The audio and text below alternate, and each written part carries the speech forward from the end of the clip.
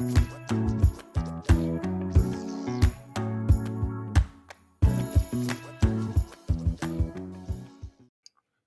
welcome once again. This is the Doctor of Digital podcast. The purpose of the show is to transform your business and life with education and inspiration. I introduce busy business leaders to trends in business, technology, and marketing to highlight people you should know. Have you ever wondered why your carefully crafted emails end up in spam folders, never reaching their intended recipients? In this episode, we'll dive deep into the world of email deliverability with Nicolas Toper, the mad scientist inventor behind Inboxbooster. Nicolas shares his groundbreaking AI driven solutions that are revolutionizing email marketing and keeping messages out of spam folders. You'll discover practical strategies to dramatically improve your email campaign's success rates and learn how AI is reshaping the email ecosystem.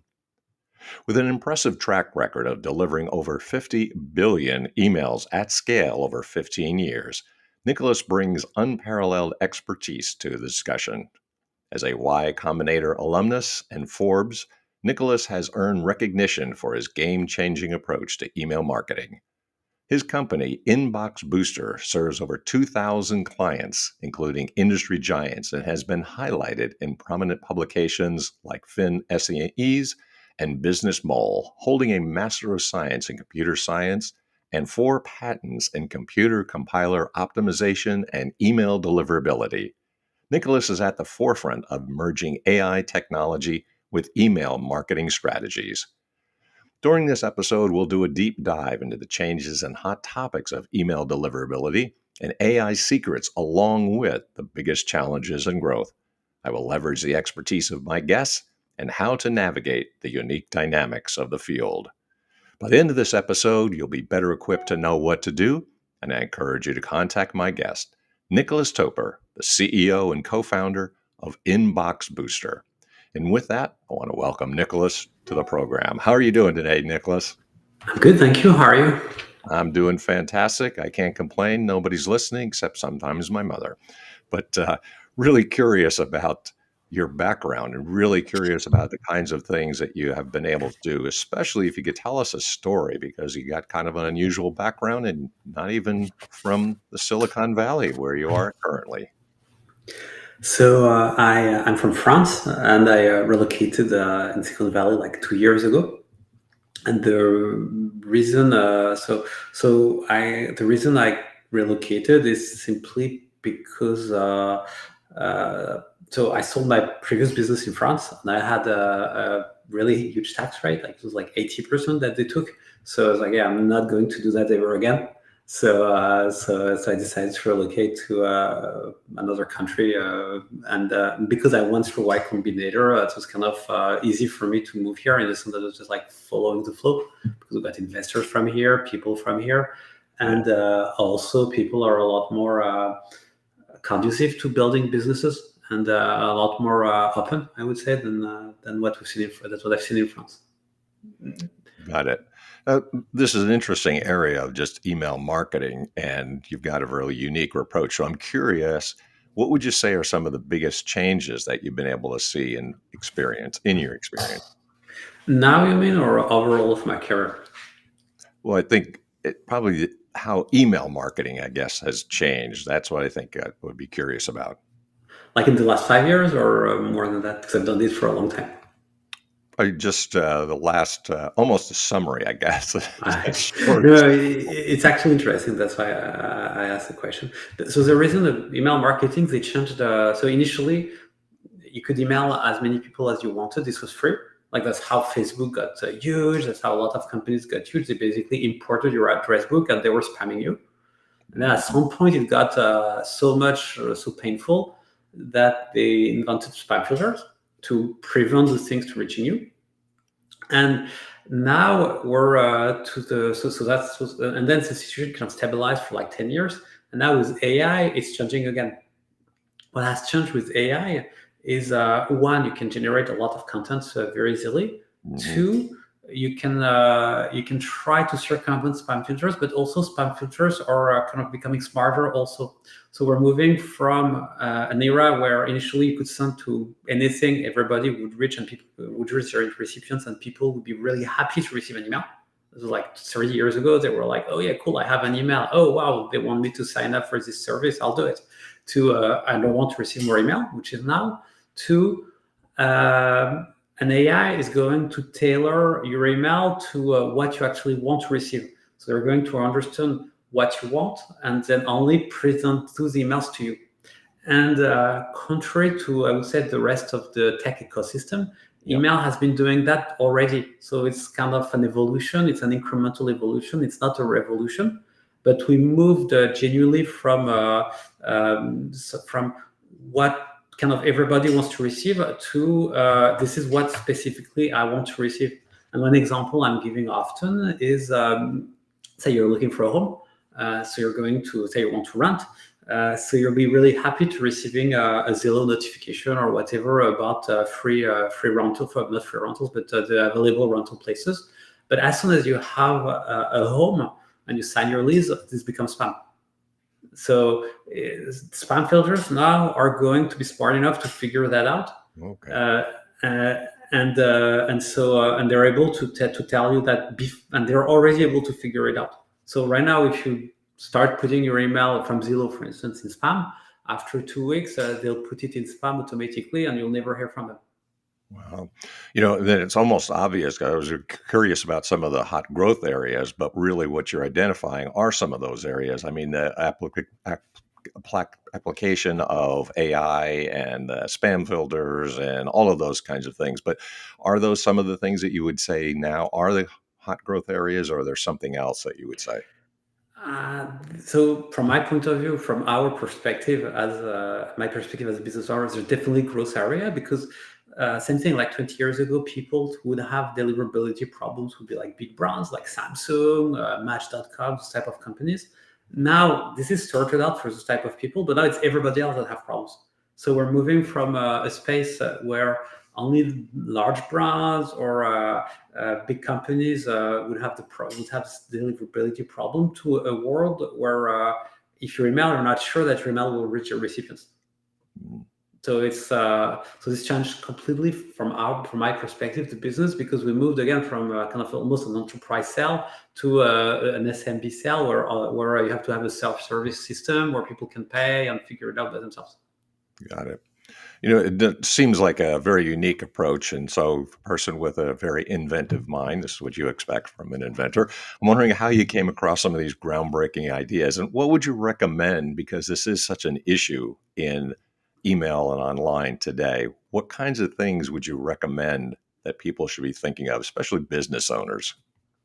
So first, I'll answer first question first, which is how do you get into those ideas? Is I said by looking around and looking if there is an unaddressed need, and if people will be willing to spend money on that.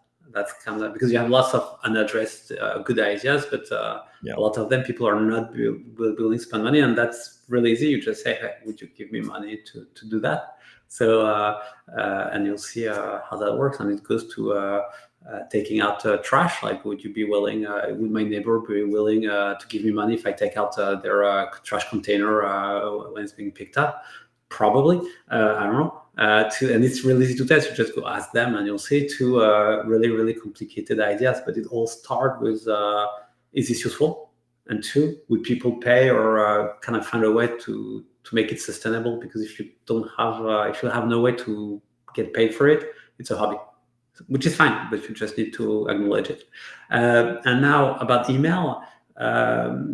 So there are two tips I can share and actually makes a lot that are very, very important. The first one is the fact that your email is only if you're starting to send emails or you're a new business, the fact that your email are going to be in spam starts to be normal and the default mode. So the second thing is spam filter. So that's normal and you need to do something about it. And the second thing is spam filter are smart.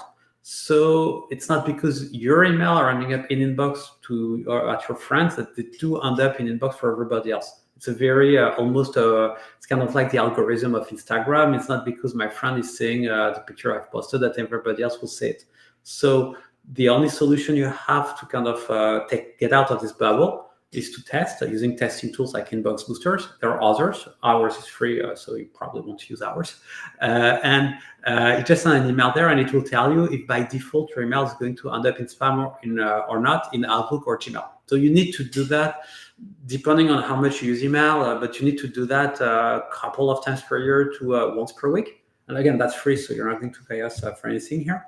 And that's important. And then if you're in spam, and the fact of being in spam, usually it's caused either because so you have really three causes. One, it's because the plumbing, like the DNS or some things, are not done properly. So that's technical, but that's an IT job.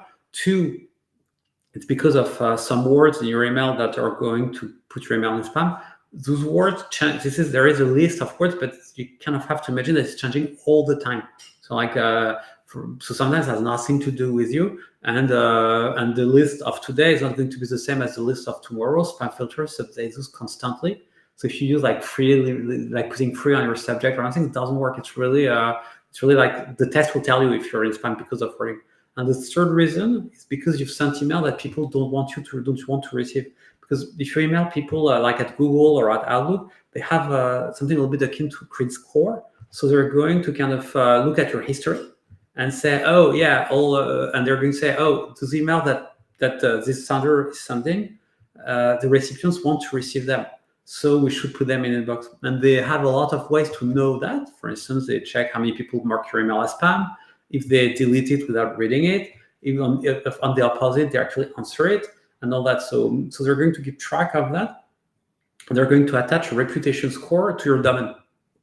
So if you have a problem, there are ways to fixing that. And that's how we make money, by the way. But you don't want to be there, and the way to not be there is to send email to people who want to receive. I'll give you another example.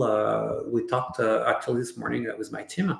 We're running a competitive analysis right now with some of our competition, and we're testing their system. And they send once you've tested with them, they're going to send you one email per day to try to convert you into buying. This is super annoying. You just want to know if your email is in spam or in inbox. You don't necessarily want to pay $2,000 per month for a competing tool. I might not even want to pay at all, and you might not even have a problem. So they're going to be very pushy. That's typically an email that nobody wants to receive. So on the other hand, if they had sent only one email, it probably would have been okay. So that's an example of sending an email that nobody wants to receive. Again, you have to use common sense here. If you're an e-commerce shop or for instance, you're a restaurant, you have collected some email address, you're sending an email once per year. This is fine. If you're sending an email once per week, probably not. Are there differences between the sizes of the company, small, medium, or large, in terms of what you do? And what are the pros and cons of engaging a service depending on the size of the business and what kind of revenue? So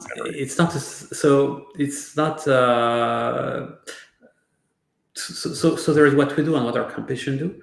So for competition, they really work with bigger business. We work with all business size. It's more a function of the complexity of the organization, but the work is really the same. It's really, do you have a technical problem like plumbing? Are you sending emails that people don't want to receive, or do you have a problem that has nothing to do with you, which is a false positive because you're using a sentence that you should be using or you should not be using or something like that? But it has nothing. So it's the same for everybody.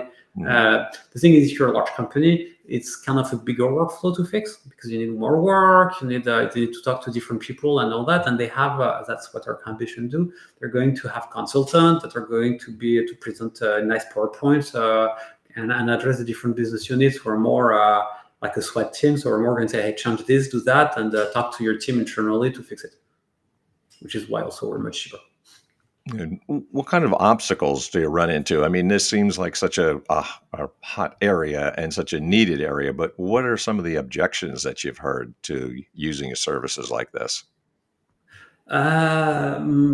Mostly customers don't want to pay because they think that email should be free. So they're like, oh yeah, we want it for free, which again is fine for us. But then they should just not use the paying part of the tool.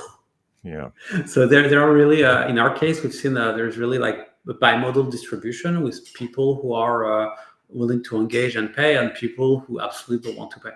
And so we're not pushing very hard if they don't want to pay. We're like, sure, if you want to pay, just be clear about that, and we'll be happy. Right. So it depends. It depends, but it's something. It's odd because people are okay to pay for SEO. They're okay to pay for Google Ads. They're okay to pay for all of that, but they're not okay for. Some are not okay to pay for that. Given your expertise, I'm wondering if a person listening, is there something that the person should be looking at if they're a business leader, CEO, president, and could you offer some actionable tips? In other words, in your area, what kind of tips would you say they should look at, and where can your expertise be applied?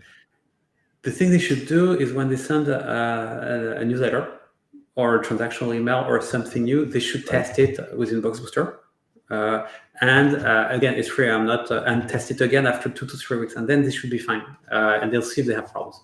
And the important bit to understand is it's not because your friends are receiving your email that it's going to be in inbox everywhere. So if you're sending to people you're not sending to regularly, like a newsletter or all, you need to test. It's not automated. It's not by default going to end up in inbox. And this is stuff that people know. If you're doing social media, you know that you need to kind of work closely with the algorithm to get reach for your publication. So it's the same thing with email. And there's specialized tool if you want to do it properly. It's the same thing with email. So you need to use our tool again or another, but you need to figure it out. You need to test it. Otherwise, you will have surprises. And the second thing to understand is that, so that's the first tip, to do it. And the reason you want to do it is because this is part of problems that are easier to fix before they're urgent. Like they're 10 times easier and 100 times cheaper. So if you want to fix your problems when you're in spam, it's much, much harder than if you start to have problems. So if you start testing regularly, you will usually not even get into problems. You're not going to run into problems. You will be able to figure it out, and it's fairly simple. Got it. So the thing to do is to be a little bit proactive, in other words. Mm. And this is something that needs to be maintained, and the maintenance is really kind of low cost because, again, it's free and it's really 5 minutes, but it's worth doing. And if anything, you want to do it a little bit. Sure. For the person who's got those actionable tips and they want to act on it, and having your expertise, excuse me, I'm wondering how they get a hold of you, like is contact information, or what would they say if they wanted to reach out to you now they've heard your advice? So if they want, they can email me at nicolas@inboxbooster.com, and that's simple. Or you can go on inboxbooster.com, and there is a contact us section. Or you can simply test it for free. We're not asking for logging information or anything. It's really just send your email, and you got, and we'll tell you what's happening. Got it. Well, I appreciate all of your insights. It seems like a very needed area. A lot of people should be looking at what you're offering. So thank you for your insight, the chance of looking at what the changes and hot topics are, and the application of AI and all those really cool things that are moving us forward. Thank you for your time, Nicolas. I really appreciate it. Thank you. Thank you. You bet. Well, that was very informative and very insightful. So, if you like the program, the Dr. Digital podcast, make sure that you like, subscribe, positively review, and tell everyone else on social media. I want to thank the sponsors and the supporters of the program, and that's the publishers of both Burning America and also On Track Ian Hunter. Both of those volumes are available on Amazon. And if you want to reach out to me, by all means, please do so. I help business leaders, CEOs, and entrepreneurs break through their obscurity through oral and written presentations, building credibility and authority. And you can find me at Mastering Presentation Secrets on Facebook. And of course, thank you for listening in. Until next time, this is